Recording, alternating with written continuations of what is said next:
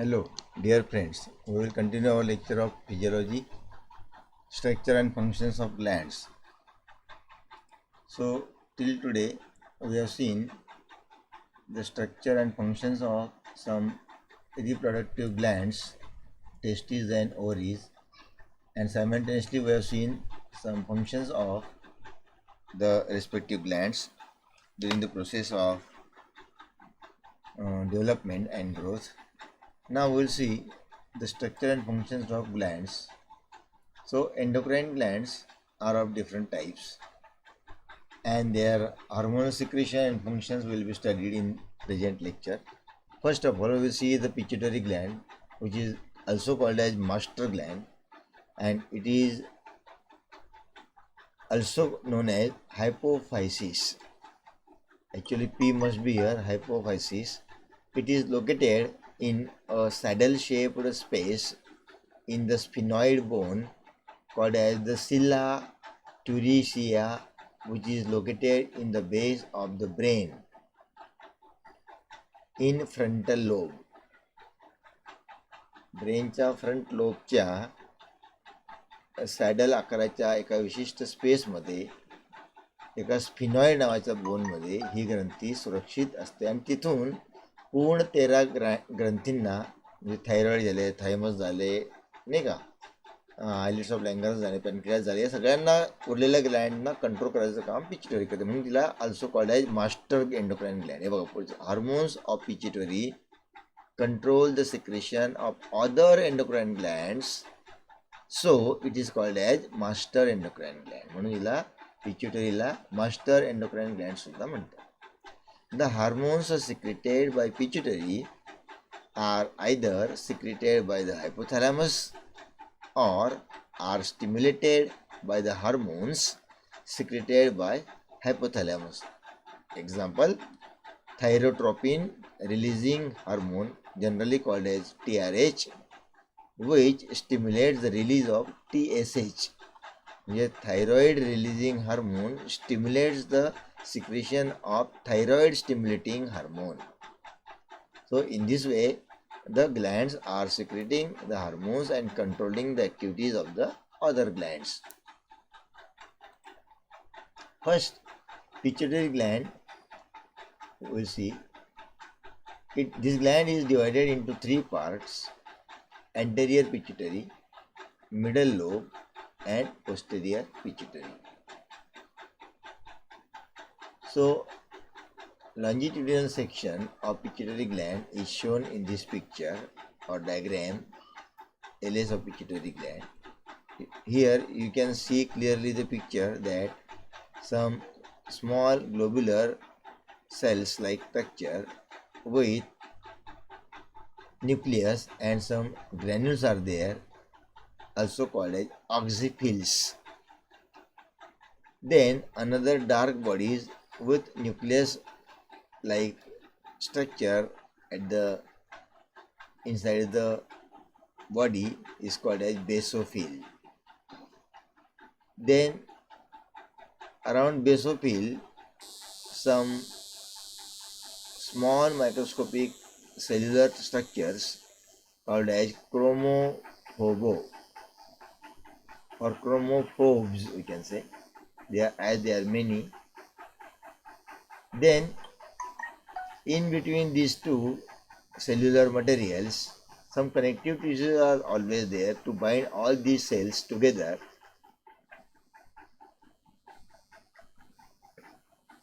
Now in LS of pituitary, or we can say hypophysis, the following structures are seen that we have observed already. We will see one by one.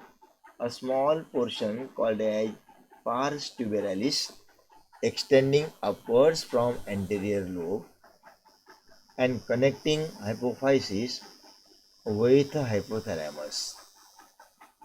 Second, on the basis of cell types, hypophysis is divided into anterior lobe or adenohypophysis and posterior lobe or neurohypophysis.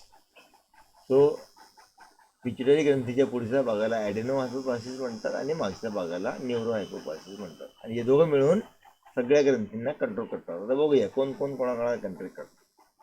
नाव ॲडेनोहायपोफायसिस म्हणजे anterior part जो आहे पिट्युटरीच्या contains 3 parts, namely pars distalis, pars tuberalis and pars intermedia. त्या ग्रंथीच्या पुढच्या भागाला पुन्हा 3 भागामध्ये विभागणी केली आपण अभ्यासासाठी. पहिल्या भागाला म्हणायचं पार्स डिस्टॅलिस, दुसऱ्याला पार्स ट्युबेरालिस आणि तिसऱ्याला parse इंटरमिडिया. Adenohypophysis is composed of chromophore cells, acidophil or oxyphil cells, and basophil cells. 3 प्रकारच्या सेल्स इथं बघितलं, oxyphil, basophils and chromophils, or we can generally call it as acidophils. Now another part of the brain or neuropituitary gland, that is posterior part, is called as neurohypophysis, and it is composed of also 3 parts, namely pars nervosa, infundibulum and median eminence. So these are the 3 another parts of neurohypophysis, and these are the 3 parts of adenohypophysis, and these both together controlling the different glands. Which one, that we will see one by one. Pars nervosa is made up of ependymal cells, mossy neuroglial cells, and pituitary sites which secrete pituitary hormones. The pituitary gland secretes pituitary hormone. That's very natural and simple. Now, in spite, which are those pituitary hormones? Hormones secreted by anterior pituitary or adenohypophysis are ACTH, that is adenocorticotropic hormone, adenocorticotropic hormone.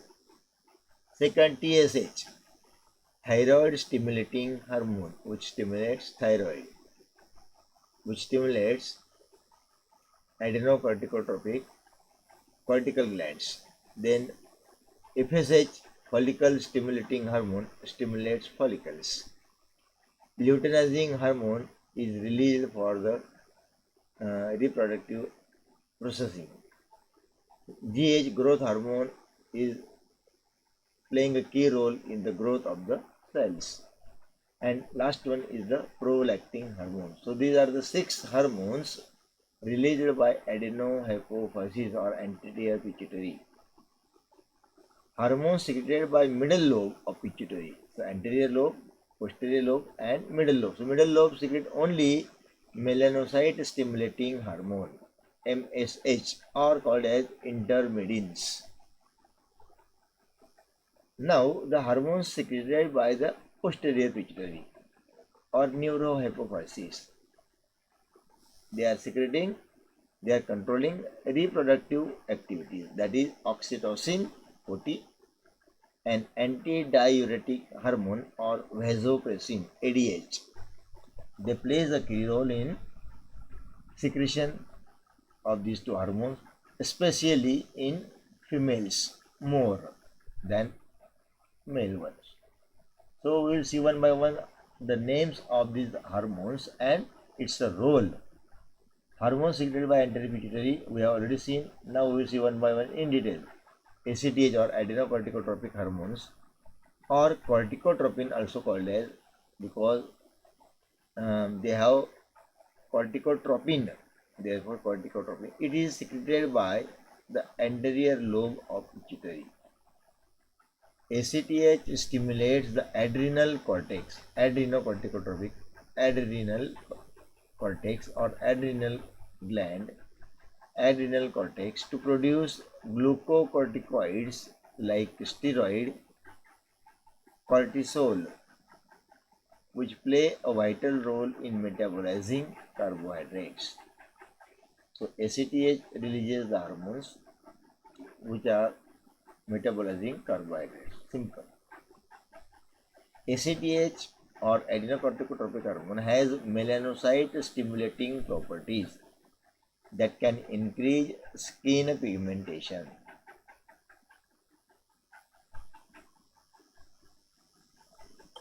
In our skin or human skin, only one pigment is there called as melanin, and therefore as they play a key role in stimulating the same, it is called as melanocyte stimulating hormone. So second, thyroid stimulating hormone TSH or thyrotropin hormone. TSH acts on the thyroid gland to release thyroxine T4 and triiodothyronine T3, triiodothyronine T3, which regulates body metabolism. Hypothalamus secretes growth hormone, inhibiting hormone. So growth hormone is not continually secreting, but it also has some inhibiting hormone called as GHIH to inhibit the secretion of thyroid stimulating hormone. So thyroid hormone stimulating hormone is also controlled by this another one. Now FSH or follicle stimulating hormone that stimulates the growth and secretion of ovarian follicles in women and the production of sperm in men. So therefore I told you that these are concerning with the reproduction. Luteinizing hormone, it stimulates ovulation and formulation of the corpus luteum in females. In males, luteinizing hormone is called interstitial cell stimulating hormone, ICSH, interstitial cell stimulating hormones, which influences the secretion of testosterone and other sex hormones from specialized area in the testes. So luteinizing hormone in female is known as ICSH in male, or we can say interstitial cells stimulating hormone. Now growth hormone. Growth hormone is also called as GH. Human growth hormone is also known as HGH or somatotropin. Growth hormone stimulates the special liver cells which produce somatomedin C, which is critical for the growth of all body tissues. It assists with the movement of amino acids into tissue cells and the transformation of amino acids into proteins that the body requires or that the body needs. It aids in the release of fatty acids from adipose or fat tissues so that they can be used for energy. Growth hormone helps to regulate blood nutrient levels after eating and during periods of fasting. When sufficient amounts of growth hormone have been released, the hypothalamus secretes GHIH, that is growth hormone inhibiting hormone, which inhibits the further release of growth hormone. So last one is prolactin hormone secreted by adenomyophysis. So prolactin hormone stimulates milk production in women following the pregnancy. Men secrete prolactin whose function is not yet known. Prolactin controls menstrual period and following pregnancy. Hormones secreted by middle lobe of pituitary and their functions. So middle lobe of pituitary secretes the melanocyte stimulating hormone or intermedins, or which we can say that the melanin pigment regulation is controlled by this hormone.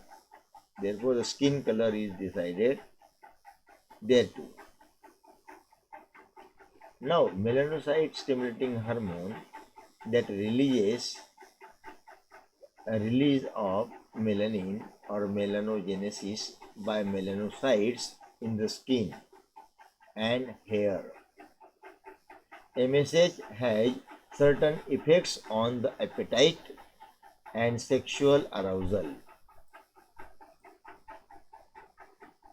MSH is the main cause of color of the skin in humans. MSH level increases in females during pregnancy.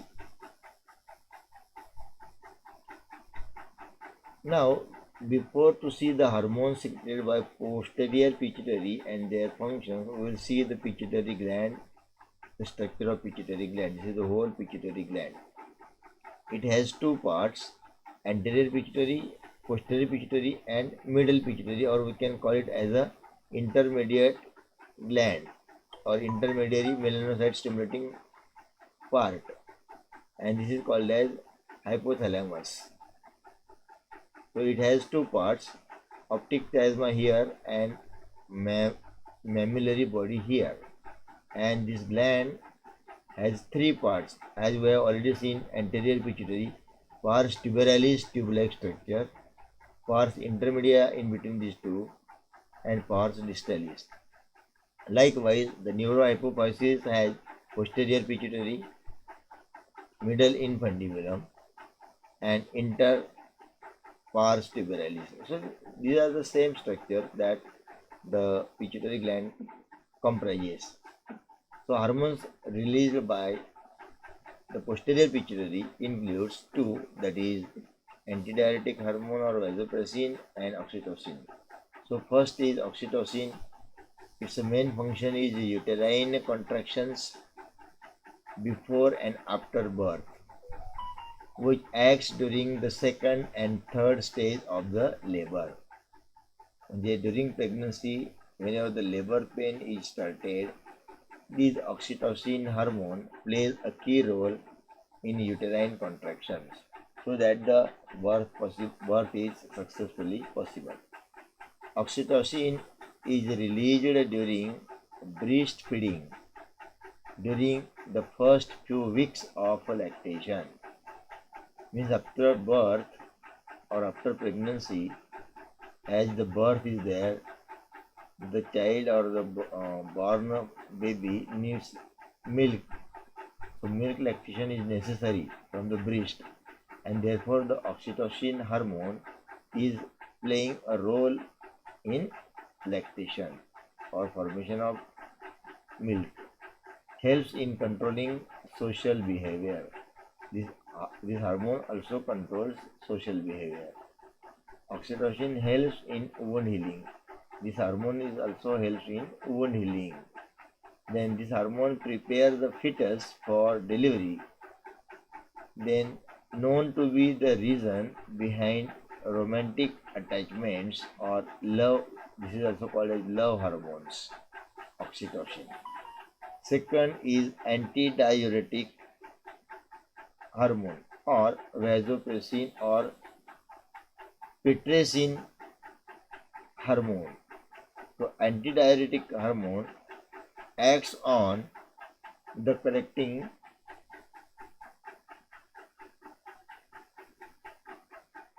glands or cells, and second antidiuretic hormone or vasopressin or pitressin is another name.